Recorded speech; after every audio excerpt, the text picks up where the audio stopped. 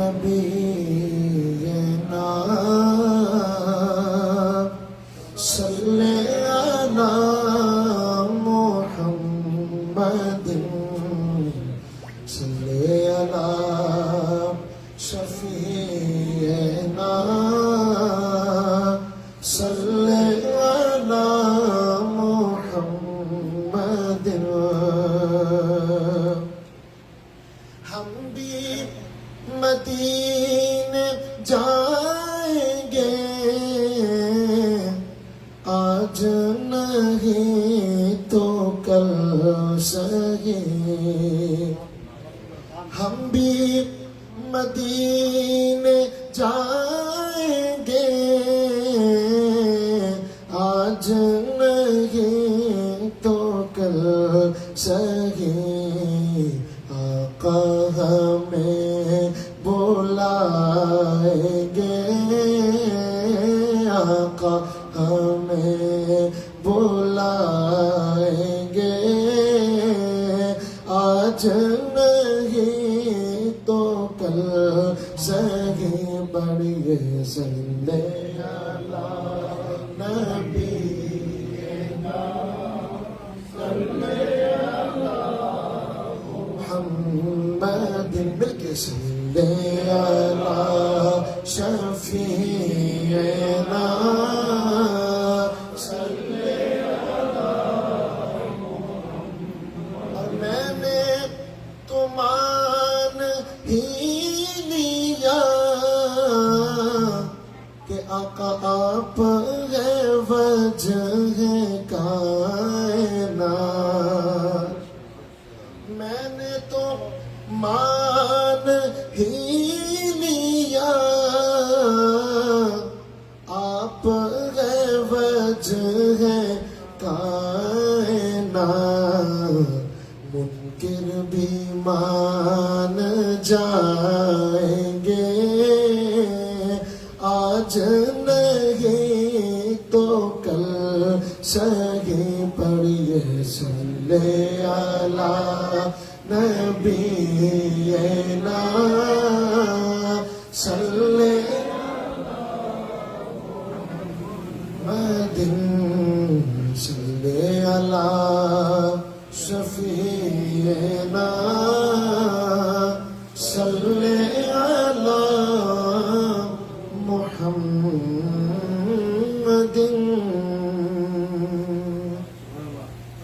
بہت ہی خوبصورت کلام پیش کر رہا ہوں اگر ہو سکے تو میرے ساتھ مل کر اس کلام میں شامل ہو جائیے گا کہ وہ جس کے لیے محفل کونین سجی ہے وہ جس کے لیے محفل کونین سجی ہے فردوس بری جس کے وسیلے سے بنی ہے وہ ہاشمی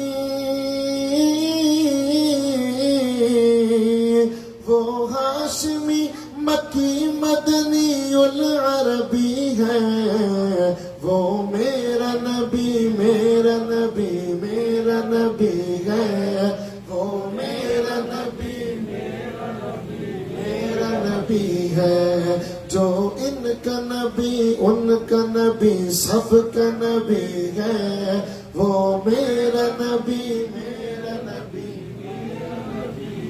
اللہ کا فرما الم نشرح لك صدرك منسوب ہے جس سے ورفعنا لك ذکرک اللہ کا فرما الم نشرح لك صدرك منسوب ہے جس سے ورفعنا لك ذکرک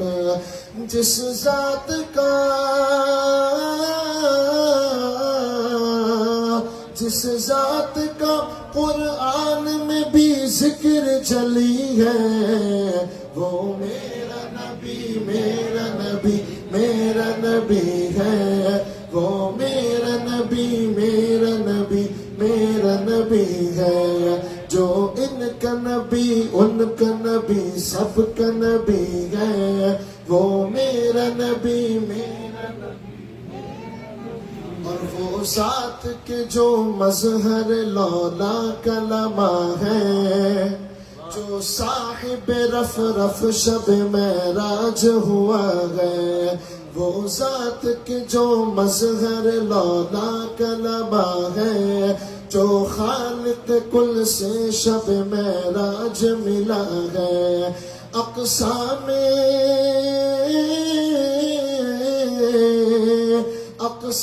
امامت جس نبیوں کی ملی ہے، وہ میرا نبی میرا نبی، وہ میرا نبی۔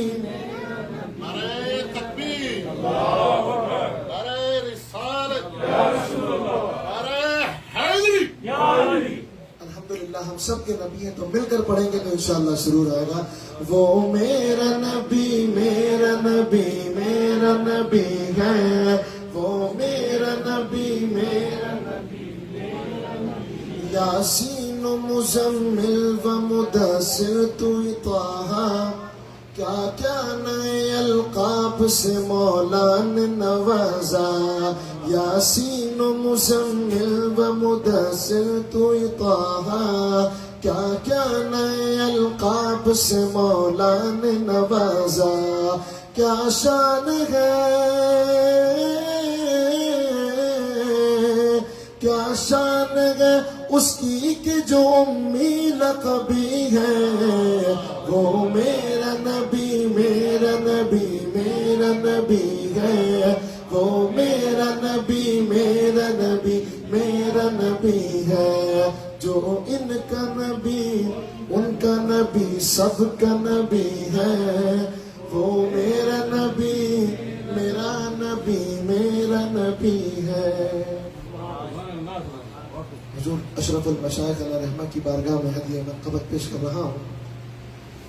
حق شناسو حق نما ہے، احمد اشرف اشرفی، عارفوں کے پیشوا ہے، احمد اشرف اشرفی۔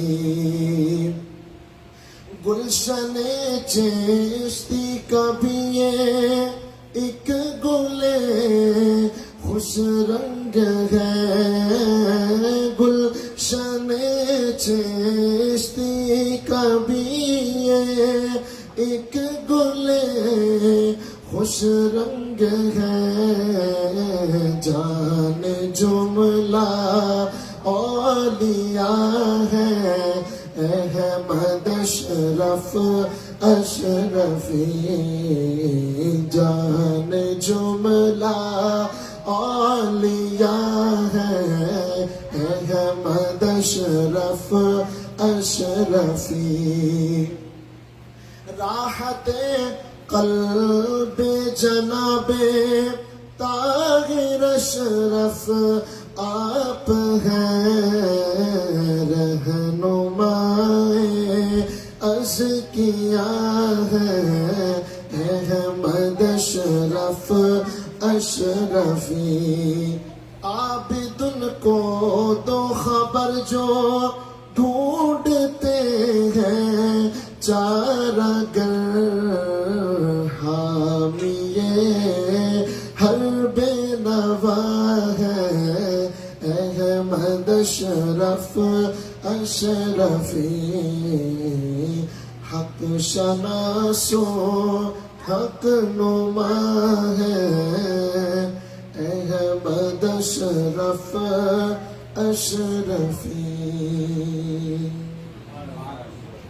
میں بلا تاخیر دعوت خطاب دے رہا ہوں میرے والد گرامی حضور زینت المشائخ ابو الحسین صاحبزادہ حکیم سید اشرف جیلانی دامت برکاتہم العالیہ کو کہ آپ تشریف لائیں اور اپنے مواعظ حسنہ سے ہمارے قلوب و اذہان کو منور فرمائے۔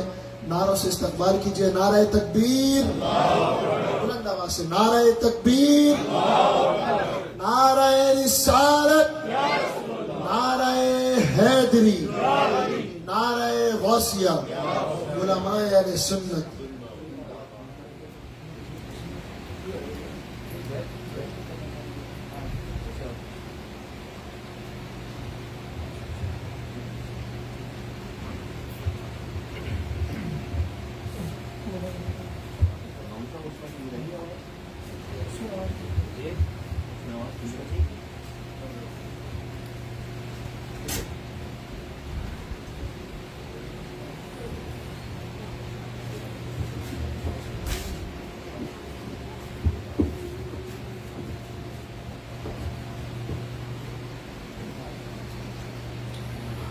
الحمد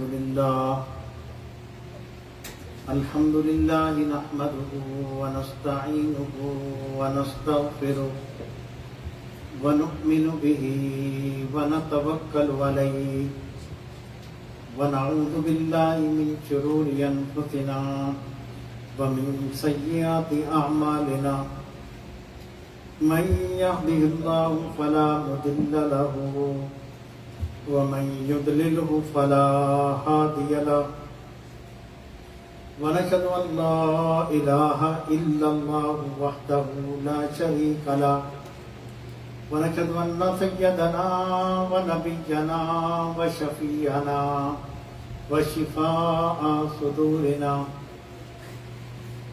وغوثنا ومغيثنا ومعيننا وقطبنا وفريدنا وندامنا وسراجنا وأولانا وأشرفنا ونور عيننا محمدا عبده ورسوله بالهدى ودين الحق أرسله أما بعد فأعوذ بالله من الشيطان الرجيم بسم الله الرحمن الرحيم يبيتون لربهم سجدا وقياما صدق الله مولانا العلي العظيم وصدق رسوله النبي الكريم ونحن على ذلك لمن الشاهدين والشاكرين والحمد لله رب العالمين. بارگاہ رسالت اور آل رسالت میں باواز بلند درود پاک کا نذرانہ پیش کیجیے. اللہم صلی علی سیدنا مولانا محمد وعلی آل سیدنا مولانا محمد واصحاب سیدنا و مولانا محمد مبارک وسلم صلاۃ و سلاما علیک یا سیدی یا رسول اللہ.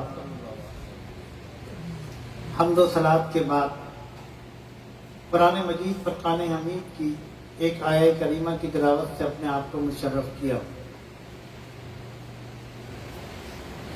جیسا کہ آپ کے علم میں لایا جا چکا ہے کہ یہ محفل مبارکہ میرے والد محترم حضور اشرف المشائخ ابو محمد شاہ سید احمد اشرف اشرفی الجیلانی رحمۃ اللہ علیہ کے عرس کے سلسلے میں منعقد کی گئی ہے. آج ہم اور آپ ایک عظیم الشان ہستی کا ذکر سننے اور سنانے کے لیے جمع ہوئے ہیں. اللہ رب العزت کا ہمیشہ سے امت محمدیہ پر یہ کرم اور احسان رہا کہ ان کی ہدایت کے لیے سلسلہ نبوت کے ختم ہونے پر نبی کریم صلی اللہ علیہ وسلم جو اللہ کے آخری نبی ہیں، خاتم النبیین ہیں، آپ کی امت میں سے قیامت تک کے لیے اللہ رب العزت نے سلسلہ اولیاء کو جاری و ساری فرمایا. انبیاء علیہ الصلوۃ والسلام کا سلسلہ نبی کریم صلی اللہ علیہ وسلم کی ذات پر ختم ہو گیا، لیکن امت کی ہدایت کے لیے وقتاً فوقتاً بزرگان دین اور اولیاء کاملین تشریف لاتے رہے. آپ نے دیکھا کہ مختلف سلاسل کے بزرگوں نے اسلام کی تبلیغ اور اشاعت فرمائی، اور الحمدللہ اللہ تبارک و تعالیٰ نے اسلام کو شرق سے غرب تک پھیلا دیا. حضور سیدنا غوث الاعظم شیخ عبد القادر جیلانی رضی اللہ تعالیٰ عنہ، حضرت خواجہ غریب نواز رحمۃ اللہ علیہ، جو چند مریدوں کے ساتھ ہندوستان کے بدھ کدے والی زمین پر تشریف فرما ہوئے اجمیر کی سرزمین پر، اور کم و بیش 99 لاکھ غیر مسلموں کو حلقہ بگوش اسلام کرتے. کیسے ہوا؟ میرے آقا حضور پرنور جانے کونین صلی اللہ علیہ وسلم کی سیرت مبارکہ کو اپنایا اور اپنی زندگیوں پر نبی کریم علیہ الصلوۃ والسلام کی سیرت کا عکس رکھا. اللہ رب العزت نے اس کی برکت سے ان کے کردار، ان کے چہرے پر، ان کے گفتگو میں اتنا اثر پیدا کیا کہ لوگ جو ادھر جو ان کی طرف کھینچے چلے آئے. نہ صرف یہ کہ ان کی زندگی میں آج بھی اولیاء کرام کے مزارات پر ایک مخلوق کی بھیڑ لگی ہے. وہ کسی مزار کو پوجنے کے لیے نہیں، بلکہ اللہ کے نیک بندے کی بارگاہ میں ایصال ثواب کے لیے حاضر ہوتے ہیں اور ان کے وسیلے سے اللہ ہی سے مانگنے کے لیے حاضر ہوتے ہیں۔ تو یہ ان کی تعلیمات تھی کہ انہوں نے لوگوں کے قلوب اور اذہان کو پاک اور صاف فرما دیا۔ آپ نے اگر تاریخ اسلام اٹھا کر دیکھیں، میرے آقا حضور پر نور صلی اللہ علیہ وسلم کی سیرت مبارکہ اٹھا کر دیکھیں تو آپ کو ایک بات بڑی اہم نظر آئے گی کہ میرے رسول صلی اللہ علیہ وسلم نے سب سے پہلے اپنی ذات کو منوایا، اپنی گفتار، اپنی کردار کو منوایا۔ 40 برس تک میرے رسول نے اسلام کی تبلیغ نہیں فرمائی۔ 40 برس کے بعد اللہ کے حکم سے آپ نے اسلام کی تبلیغ کا آغاز فرمایا۔ یہ نہیں تھا کہ نبوت حضور کو 40 سال کے بعد ملی۔ حضور فرماتے ہیں جامع ترمذی شریف کی حدیث مبارکہ صلی اللہ علیہ وسلم کہ میں اس وقت نبی تھا، کنت نبی و آدم بین الماء والطین، میں اس وقت نبی تھا جب آدم مٹی اور پانی کے درمیان تھے۔ ابھی حضرت آدم کا وجود تیار نہیں ہوا تھا اور حضور اکرم صلی اللہ علیہ وسلم کو اللہ نے نبوت عطا فرما دی۔ تو سرکار تشریف لائے، 40 سال تک اپنی ذات سے لوگوں کو منوایا۔ دنیا نے وہ مکہ، وہ ماحول جو بت پرستی کا ماحول تھا، جو بد کرداری کا ماحول تھا، جہاں پر جھوٹ اور تمام تر روحانی بیماریاں موجود تھیں، اس ماحول کو میرے رسول نے اپنی ذات پر غالب نہیں ہونے دیا بلکہ تنہا پورے ماحول پر غالب آ گیا اور دنیا ان کو صادق اور امین کہہ کر پکارنے لگی۔ یہی میرے رسول کی سیرت مبارکہ کا وہ گوشہ ہے جو بزرگان دین اور اولیاء کاملین نے اپنایا۔ اپنی ذات کو پہلے صاف اور ستھرا کیا اور اس کے ذریعے اللہ تبارک و تعالیٰ نے پھر ان کی ذات میں ایک کشش پیدا کر دیا۔ اپنی زبان کی حفاظت، اپنی نگاہوں کی حفاظت، اپنے اعمال پر نظر رکھتے ہوئے ان کی اصلاح کرتے رہے۔ میرے رسول کو کسی اصلاح کی ضرورت نہیں تھی، وہ تو پیدائشی نبی تھے، لیکن دنیا کے سامنے اپنا اخلاق، اپنی امانت، اپنی دیانت کو پیش کیا کہ وہ بدترین مخلوق، بدترین لوگ میرے رسول کو صادق اور امین کہنے پر مجبور ہو گئے۔ 40 برس کے بعد جب میرے رسول نے اسلام کی دعوت دی تو ان کو، میرے رسول کو جھوٹا کہنے میں پریشانی ہوئی کہ ہم ان کو کیسے جھوٹا کہیں، کیونکہ 40 برس سے تو ہم ان کو دیکھ رہے ہیں، کبھی ان کی زبان سے جھوٹ نہیں نکلا۔ یہی وہ میرے رسول کی سیرت مبارکہ کا گوشہ تھا جو بزرگان دین اور اولیاء کاملین نے اپنایا کہ اجمیر کی سرزمین پر آنے والے میرے خواجہ اجمیر چند مریدوں کے ساتھ تشریف لائے اور ایک جہاں کو اسلام کی دعوت عطا فرمائی اور لوگوں نے اسلام قبول کر لیا۔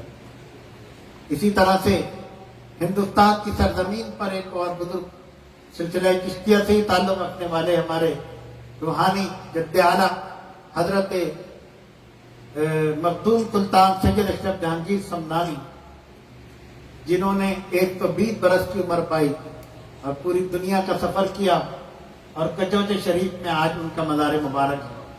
ان کا فیض اشرفیہ پوری دنیا میں پھیلا ہوا، انہی کی روحانی اولاد اور حضور غوث اعظم شیخ عبد القادر جیلانی حسن یعنی حسینی رضی اللہ تعالیٰ عنہ کی سلبی اولاد میں حضرت قطب ربانی ابو مخدوم شاہ سید محمد طاہر اشرف اشرفی جیلانی رحمۃ اللہ علیہ، میرے دادا قبلہ، ہندوستان کی سرزمین پر انہوں نے بھی اسلام کی تبلیغ اور ارشاد فرمائی اور کم و بیش 4,500 غیر مسلموں کا بیوش اسلام، اور پاکستان کے قیام پر پھر آپ پاکستان تشریف لے آئے۔ ان کا فیض اسی طرح سے جاری و ساری تھا۔ انہوں نے ایک اپنے فرزند کو تیار کیا، ان کی روحانی تربیت فرمائی تاکہ آئندہ نصف صدی تک لوگوں کی ہدایت کا ذریعہ بنے۔ اور میرے والد محترم حضرت اشرف المشائخ ابو محمد شاہ سید احمد اشرف اشرفی جیلانی رحمۃ اللہ علیہ نے اپنے والد محترم کے دست مبارک پر بیعت کی اور پھر انہوں نے تمام سلاسل طریقت کی خلافت عطا فرمائی. لیکن اس سے پہلے ریاضت اور مجاہدہ کا حکم دیا کہ یہ راہ سلوک ہے، ایسے آسانی سے نہیں کہ کوئی بھی بن کر بیٹھ جائے. ہر فیلڈ کے اندر علم بھی ضروری ہے اور اس علم کے لیے تربیت بھی ضرورت ہے. میرے دادا قبلہ نے علم بھی عطا فرمایا، والد محترم نے درس نظامیہ بھی پڑھا اور روحانی تربیت بھی حاصل کی. صرف اللہ اس سمت کے والد محترم نے 70 چلے کی، مسلسل سوا لاکھ اللہ سمت پڑھا. اس سے کیا کہ زبان کے اندر اثر پیدا ہو گیا، زبان پاک و صاف ہو گئی، اللہ کے اس میں پاک سے دل روشن ہو گیا، قلب اتنا روشن ہوا کہ وہ کشف القلوب اور کشف القبور پر عبور حاصل ہو. لوگ ان کے پاس آتے، فرماتے ہیں کہ جب وہ مجھ سے گفتگو کرتے ہیں کہ ان کی گفتگو کا میں جھوٹ اور سچ الگ کرتا رہتا ہوں. اتنا پتہ چل جاتا ہے کہ مجھ سے جھوٹ کون کتنا بول رہا ہے، کون سچ بول رہا ہے. اتنی روحانی کیفیت جب سامنے والے کے. اس کے لیے میں آپ کو بتاؤں نا، اگر ہم اپنا دل صاف اور ستھرا کر لیں، دنیا کی غلاظتوں سے صاف کر لیں، تو دل ایک آئینہ بن جاتا ہے. اور اس آئینے میں اللہ کی روحانیت، اللہ کی کرم نوازیاں جو ہیں وہ اس سے روشن کر دیتے ہیں. جب دل روشن ہوتا ہے تو آنکھیں بھی روشن ہو جاتی ہیں، اور انسان جب سامنے آتا ہے تو اس کا پورا ایک ایکس رے سامنے آ جاتا ہے کہ یہ شقی ہے، یہ سعید ہے. یہ حضور اکرم صلی اللہ علیہ وسلم کی بھی سیرت مبارکہ کا پرتو ہے. سرکار کی بارگاہ میں سب آتے تھے، منافقین بھی آتے تھے، حضور کے دست مبارک پر بیعت کرتے تھے، میرے رسول کے ساتھ جنگوں میں شرکت کرتے تھے، لیکن کافروں کے پاس جا کر حضور علیہ السلام کی برائیاں کرتے تھے اور سمجھتے تھے ان کو کچھ پتہ نہیں. یہ جو غفلت ہے نا کہ سمجھے کہ یہ کچھ جانتے ہی نہیں، ہر ایک کو اپنا جیسا نہیں سمجھنا چاہیے. انہوں نے کہا یہ تو کچھ جانتے ہی نہیں، انہیں تو کچھ پتہ ہی نہیں.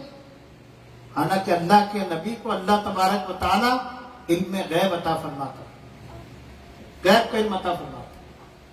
اور جب منافقین یہ سمجھتے رہے تو ایک دن میرے رسول صلی اللہ علیہ وسلم جلال میں تشریف فرما، جب حضور کے علم کو چیلنج کیا اور سوچنے لگے ان کو تو کچھ پتہ نہیں، سرکار اپنے منبر پر تشریف فرما ہوئے اور ان منافقین کا نام لے کر، یا فلاں ابن فلاں انت منافق فخرج فی المسجد، اے فلاں ابن فلاں تم منافق ہو، میری مسجد سے نکل جاؤ. حضور نے ان کو نکال دیا اور ان کو بتا دیا کہ تم یہ نہیں سمجھنا کہ میرے پاس آ کر بیٹھے ہو تو میں تم سے غافل ہوں، میں تمہارے دل اور دماغ کی تمام معاملات سے واقف ہوں. اللہ نے مجھے یہ علم عطا فرمایا. دیکھیں یہ ایک نازک مسئلہ ہے. لوگ کہتے ہیں یہ تو آپ نے اللہ کی ذات میں شریک کر دیا، یہ تو اللہ تبارک و تعالیٰ. اسلام کا عقیدہ کیا ہے؟ اہل سنت کا عقیدہ یہ ہے کہ اللہ کا نبی ہو یا اللہ کا ولی ہو، اس کے پاس جو کچھ بھی علم ہے اللہ کی عطا سے، اور اللہ تبارک و تعالیٰ کا علم ذاتی ہے، کسی کے بتانے سے نہیں. اور مخلوق کے تمام انبیاء اولیاء کو جو بھی علم آتا ہوا، علم لدنی عطا ہوا، غیب کا علم جو وہ سب اللہ کی عطا سے ہوا. تو جب اللہ کی عطا سے ہے تو اللہ کی ذات میں شرکت کیسی ہے؟ وہ خالق ہے یا مخلوق ہے؟ تو میرے رسول صلی اللہ علیہ وسلم نے بتا دیا کہ دیکھو میں دلوں کا حال جانتا ہوں، اور جس نے میرے آقا سے وابستگی اختیار کی، ان کی غلامی کا توق اپنے گلے میں ڈالا، ان سے محبت کی اور ان کی سیرت کو اپنایا، اللہ تبارک و تعالیٰ نے میرے رسول کی کرم نوازی اور ان کی برکت سے اس کو بھی یہ کیفیت عطا فرماتی کہ جب ان اولیاء کرام کی بارگاہ میں لوگ آتے تو ان کے دلوں کے حال سے واقف ہوتے. وہ ابھی دل میں کوئی بات محسوس کرتے اور یہ زبان سے ان کو بتا دیتے. میرے والد محترم حضرت اشرف المشائخ ابو محمد شاہ سید احمد اشرفی الگیلانی نے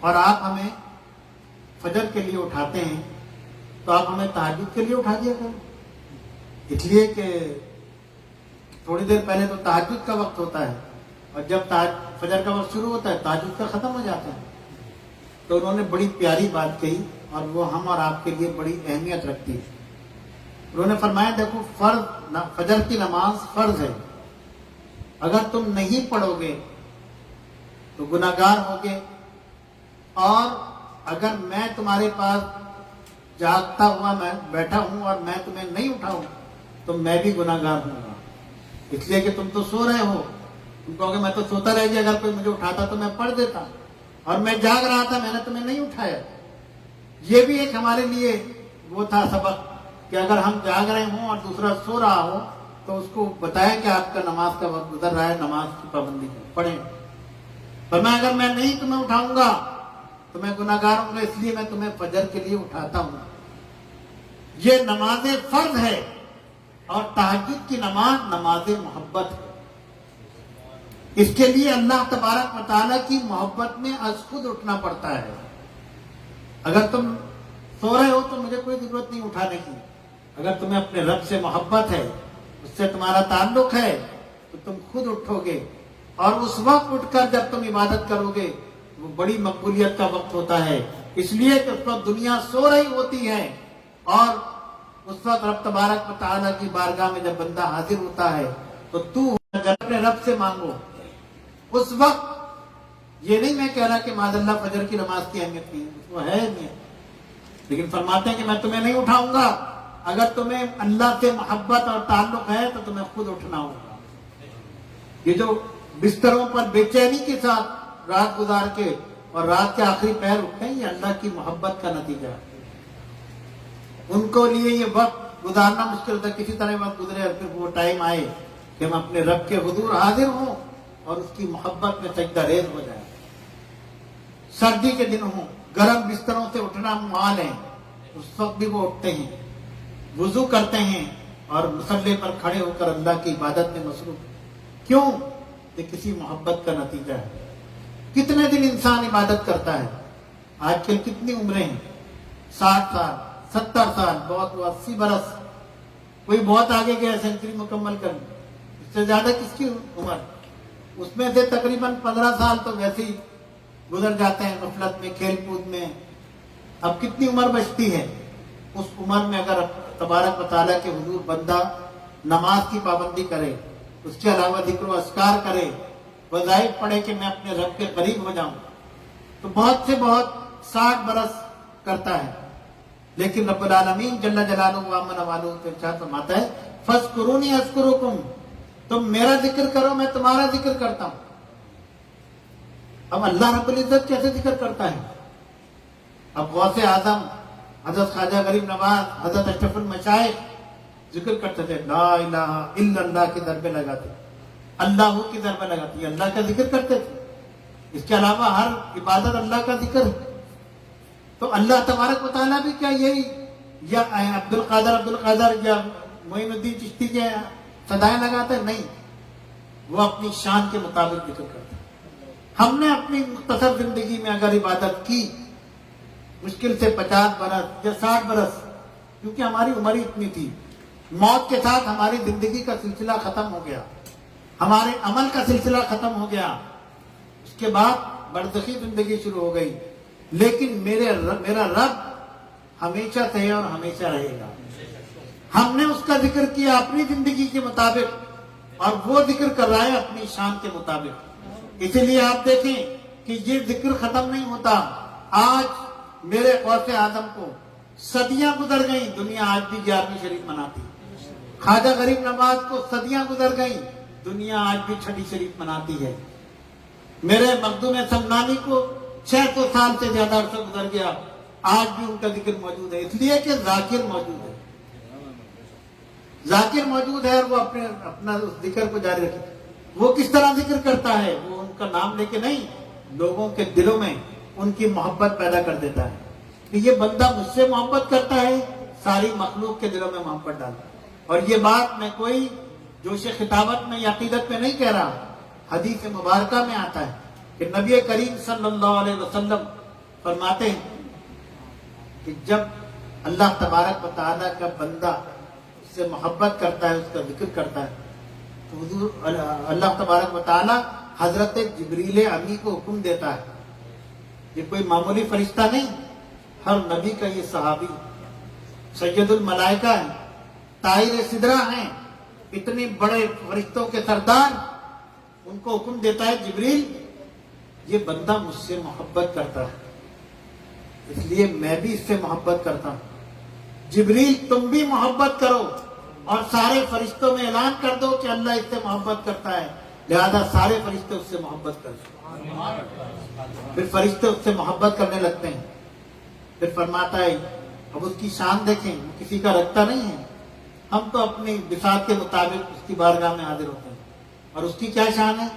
وہ صرف آسمانی مخلوق کو نہیں. پھر فرماتا ہے جبریل زمین پر چلے جاؤ اور لوگوں کے دلوں میں یہ بات ڈال دو کہ یہ بندہ اللہ سے محبت کرتا ہے، اللہ کے فرشتے بھی اس سے محبت کرتے ہیں، اے لوگوں تم بھی اس سے محبت کرو.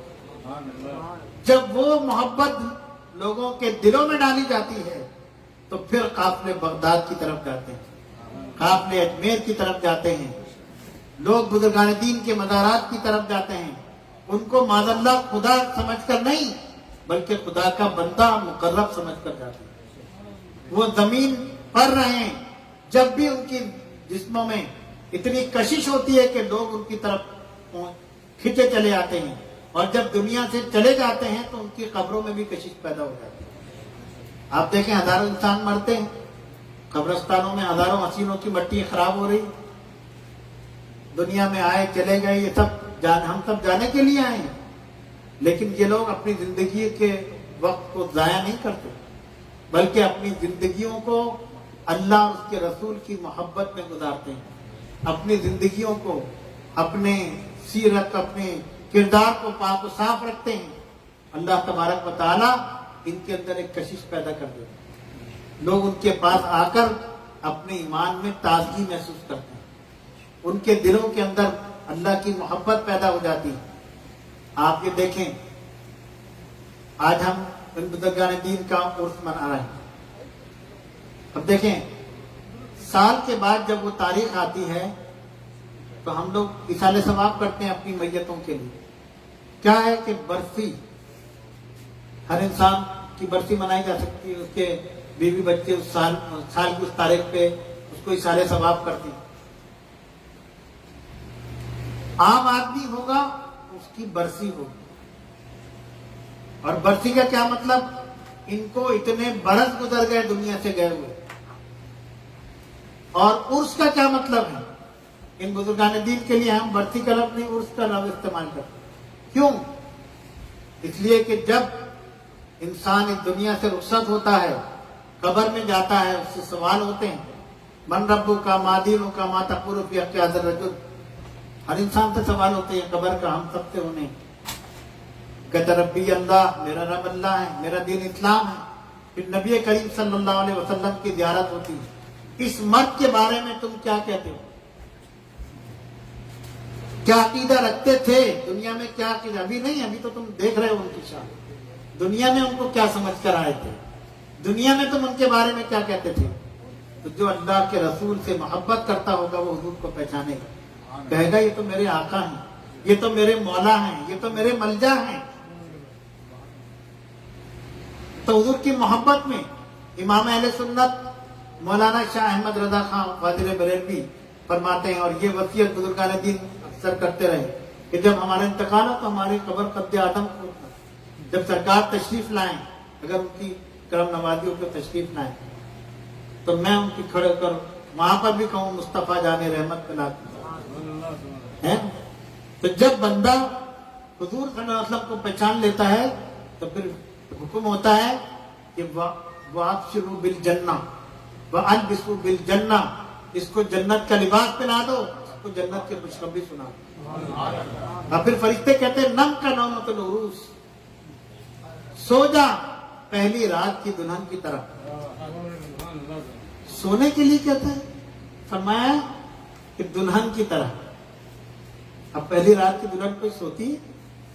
وہ تو اپنے محبوب کے انتظار میں ہوتی ہے.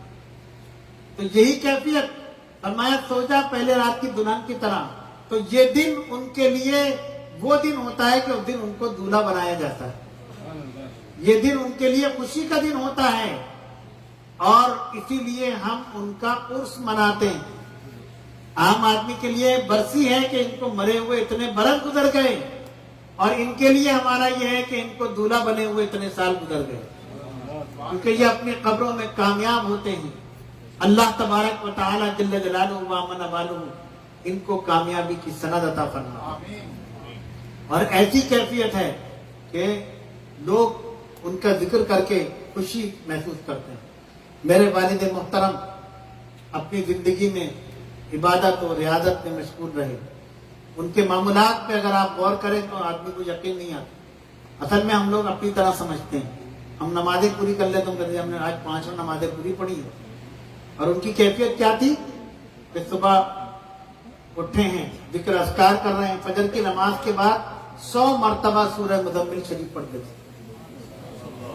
100 مرتبہ 2.5 گھنٹے قرآن پاک کی تلاوت ہو رہی.